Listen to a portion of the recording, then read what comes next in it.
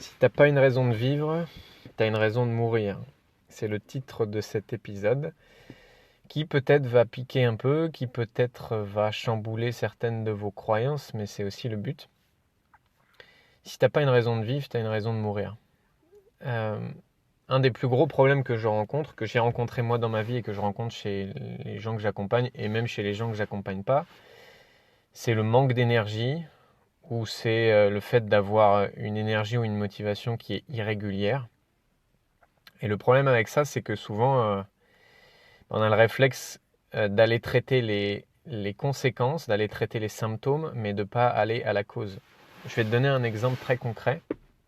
J'ai une personne qui est très très proche de moi, qui depuis des années, je pense que ça fait 15 ans, a un niveau d'énergie très très très bas, il n'est pas motivé, il a la flemme pour quasiment tout, Euh, et il en est venu jusqu'à se considérer en dépression.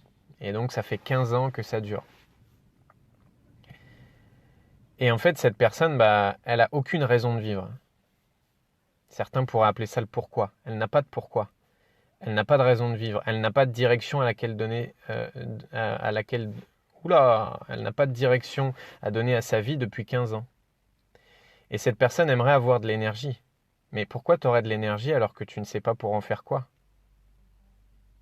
Pourquoi est-ce que ton corps te donnerait de l'énergie si tu ne sais même pas dans quelle direction aller? Pourquoi cette machine hyper intelligente qui est ton corps te donnerait de l'énergie alors que tu ne sais pas quoi en faire? Si tu n'as pas une raison de vivre, si tu n'as pas un pourquoi, si tu n'as pas une raison de te lever le matin, pourquoi tu te lèverais le matin?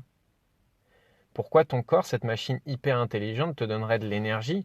T'as pas besoin d'énergie pour rester dans ton canapé. T'as pas besoin d'énergie pour regarder la télé. T'as pas besoin d'énergie pour rien faire de ta journée. Puisque cette personne-là, en l'occurrence, ses journées, c'est ça. C'est rester dans son canapé, rester allongé, aller manger, se rasseoir dans son canapé, etc. Et elle dit, j'ai pas d'énergie, et elle n'a pas d'énergie. Mais pourquoi est-ce que son corps lui donnerait de l'énergie?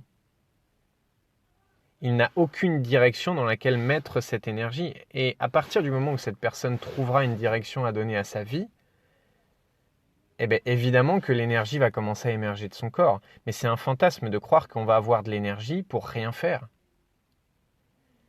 La première étape, c'est déjà de savoir pourquoi on se lève le matin, qui je veux servir, qui je veux aider, c'est quoi la mission que je veux accomplir. Et là, je vais commencer à avoir de l'énergie. Et bien sûr, il faut que cette mission, que cette vision soit en accord avec nos vrais désirs. Et ça, soit tu le découvres tout seul, soit tu te fais accompagner pour que ça aille plus vite pour découvrir tes vrais désirs. Mais ce que je veux dire, c'est que souvent, on a tendance à traiter les symptômes. Ce que j'ai fait pendant plusieurs années, où mon niveau d'énergie était très bas, et j'ai cherché, et on m'a bien aidé aussi à chercher à l'extérieur de moi. Et le chemin classique, c'est ah, je vais pas bien ou j'ai pas d'énergie. Bon, je vais aller voir le médecin. Et le médecin va me dire ah, vous avez une carence en vitamine C. Ah, vous avez une carence en vitamine D. Ah, vous avez vos hormones qui sont pas correctes. Mais bien sûr que j'ai une carence en vitamine C. Bien sûr que j'ai une carence en vitamine D. Bien sûr que mes hormones sont pas correctes. Mais est-ce que c'est ça la cause? Non, la cause, c'est pas ta carence en vitamine C. La cause, c'est que t'as pas de pourquoi te lever le matin et t'as pas de clarté sur la direction à donner à ta vie. Et la conséquence de ça, c'est que oui, peut-être effectivement, ça te donne une carence en vitamine C, ça te donne une carence en vitamine D, ou ça fait que physiologiquement à l'intérieur de toi, ton corps est déréglé. Parce que ton corps est juste en train de te dire, mais je ne vais pas te donner d'énergie puisque tu ne sais même pas où tu veux l'envoyer, ton énergie.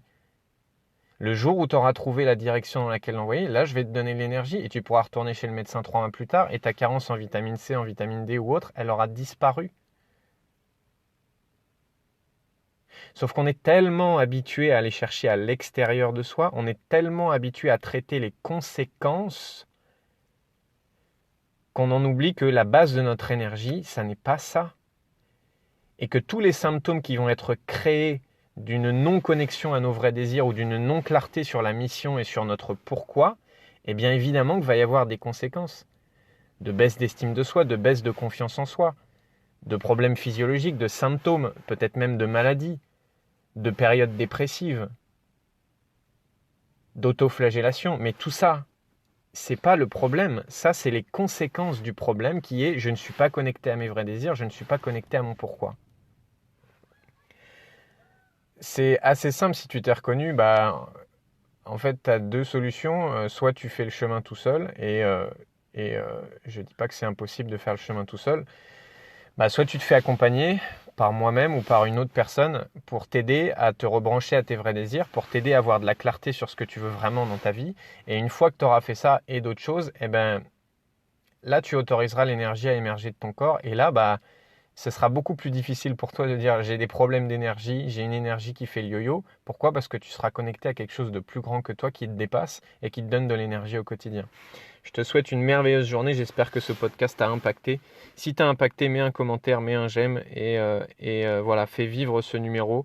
Partage-le si tu es sur Spotify. Il y a une icône partager. N'hésite pas à le partager